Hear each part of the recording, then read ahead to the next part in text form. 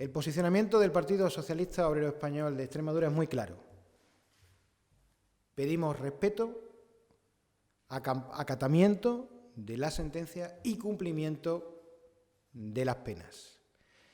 En este país, en el año 78, nos dimos todos una Constitución que nos ha llevado a tener los mejores 40 años de la historia de España. Y el Estado de Derecho ha triunfado. Y es un aviso a navegantes, todos aquellos que intenten ir contra el ordenamiento jurídico que todos los españoles y que todas las españolas nos dimos hace 40 años y que ha provocado los mejores años de nuestra historia, pues les podrá pasar lo que le ha pasado a los procesados por el proceso y que hemos conocido la sentencia esta mañana. Como digo, creo que es una victoria del Estado de Derecho.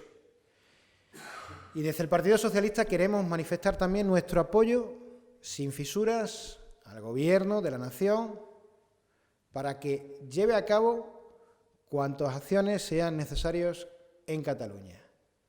Deseamos, esperamos que no pase nada en esta semana,